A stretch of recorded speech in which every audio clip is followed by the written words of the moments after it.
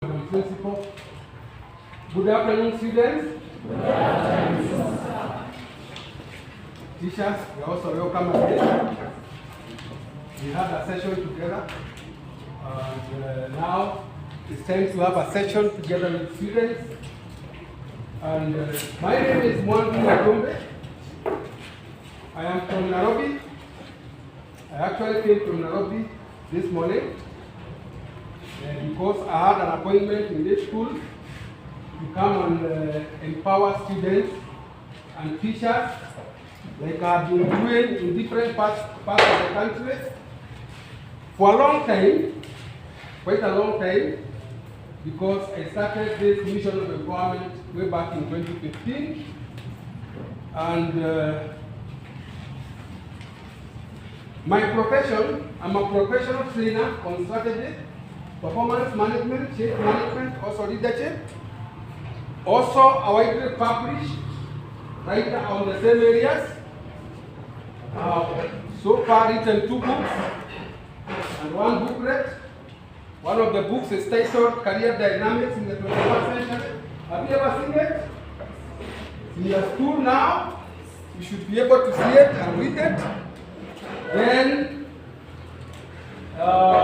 that one I wrote it in 2015. The third thing is Unleashing the Human Performance Potential. And I was writing it to solve some problems that I have seen as I was writing and conducting seminars in organizations. I have noticed that more than 80% of people who are employed, they are dispassionate about what they do.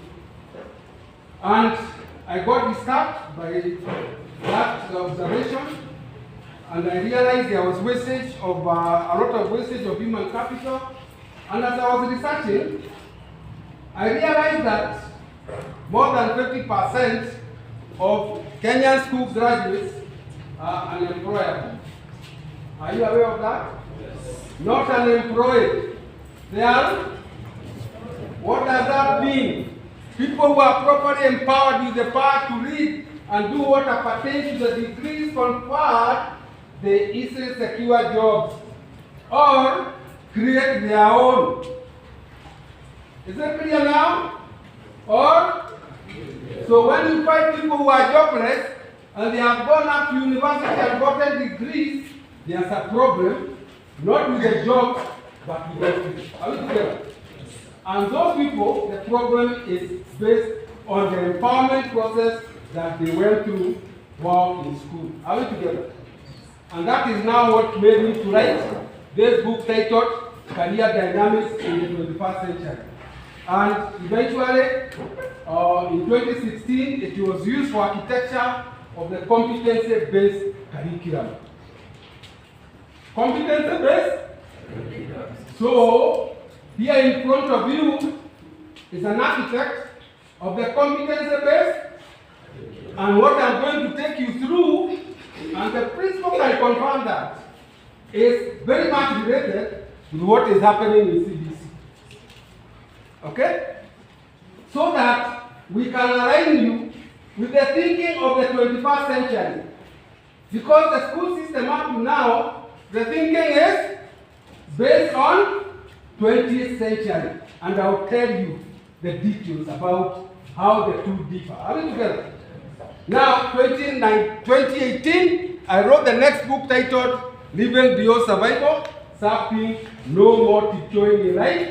And the 2 books continue circulating in schools, and that is what now makes me get invited in schools to conduct seminars based on my writings and what is happening and what is going to happen, and that is why I'm here. The first thing, I would like you to appreciate the principal for calling me to come and empower you, because she already knows what I do from another school when she was in another school. See, I've been doing my copy,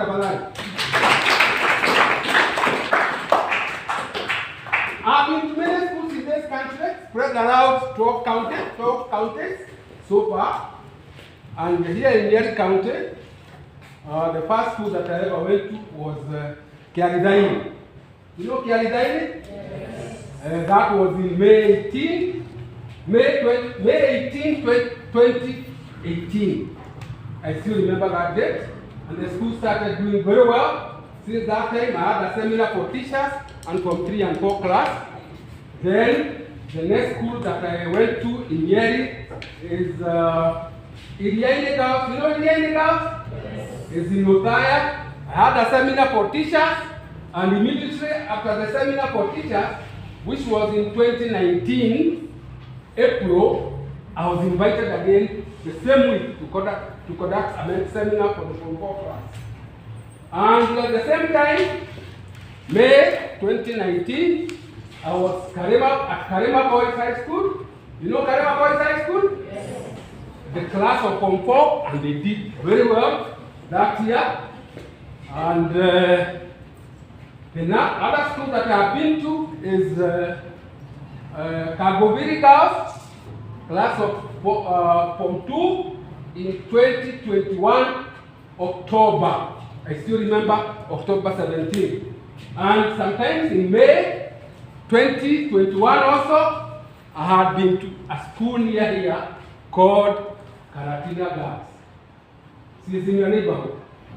I conducted a seminar for the Form 2, Form 3, Form 4 class. I think it was May 14, 2018. And now, where am I? Mathaithi Secondary School. Mathaithi Day Secondary School. Huh? International. Yes. Oh, it is international. That's what I didn't know. I'm happy to know that. So, today I'm going to make it more international than it has been. Are we together? Yes. And I can assure you that if you listen to the lessons of today and apply them in your day-to-day lives and in your school, this school will be a role model for others in Nyeri County. Are we together? Yes. Not just Madeira, but in Nyeri County. I'm an alumnus of Kiambu High School. Those days, when I was young like you, I went to Kiambu High School. And Kiambu High School, one thing that they have done is to love my books. My books are loved in Kiambu High School. In fact, I gave them 5 copies first, then 3 copies of the next one. Then later, they now bought their own copies, 10 copies of each. And I have been given feedback by 2 principals who have been there that the books have made the school to be what it is because it was written by an old boy or that is why it is very popular in the school. I also want the books to be popular in your school because I can assure you it will change the lives of many of you. Now, today, the seminar today is titled Creating the Future Today. What does that mean? What does that mean? You do not have to wait until you finish school so that you can decide what you want to become. Are we together? As you continue studying every day, those studies are supposed to be aligned with what you are likely to eventually become once you finish school. Tuko pamoja? Yes. Am I talking to somebody? Yes. Now, and what exactly shall we learn? What exactly? Write in your notes to align with the 21st century mentalities as learning continues. To align with the 21st century mentalities or the thinking of the 21st century as learning continues. And there's a lot to tell you today because there are some things that are happening in this country that people do not understand why they are happening. But we understand them very clearly. Okay? Now, solve current and future empowerment challenges. Solve current and future empowerment challenges.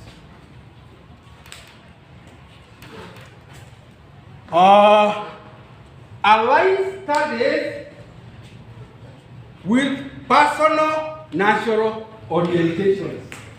Nobody is like the other.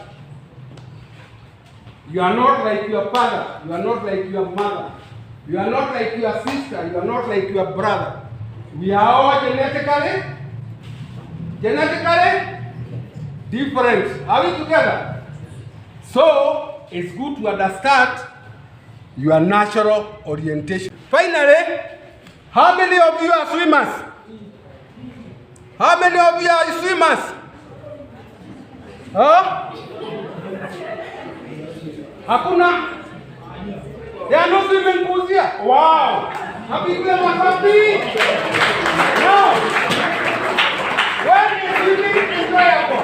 When you swim along the tide or against the tide. Along the tide or against the tide. Along the tide, eh? Yes, it doesn't matter. Even if it's in the ocean, if you swim against the tide, you are punishing yourself and it will be a serious challenge. Eh?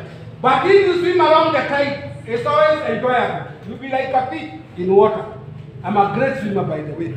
When I start swimming, I stay in water for 1 hour, non-stop. Okay? So, I'm talking about something that I know so well. Now, when you do not follow your natural orientations, what happens? When you do not follow your natural orientations, you are swimming against the tide. And now, that will be punishing yourself after I have told you. Don't follow your natural orientations, not the orientations that you are not naturally aligned to. Are we together? Yes. So that you don't punish yourself. And finally, that's a sheep. That's a sheep. A sheep is what does a sheep use in order to find its way? A compass. What happens if the compass gets destroyed? What happens? It is not able to move, and it will go out in circles, and eventually it will sink. When you don't follow your natural orientations, you are preparing your direction towards sinking in life. Are we together? Or being a mediocre, or being just there. Are we together?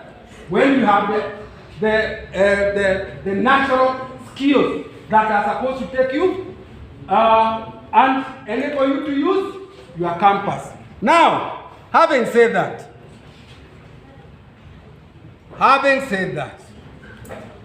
and having come here, I spend that time that I have spent with you, with the teachers, and then you people.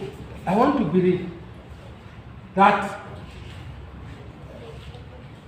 this school, Mathaithi Secondary School, International, will now produce great individuals, because great individuals create great teams. Great teams create great organizations, and great organizations create a great nation. And here, great individuals and the deserving great rewards. Is that going to happen from today henceforth in or from Mathaithi Secondary School International? Yes. Is that going to happen? Yes. And if it's going to happen, I'm going to leave this place a very satisfied person, and the only thing I can say is asanteni sana.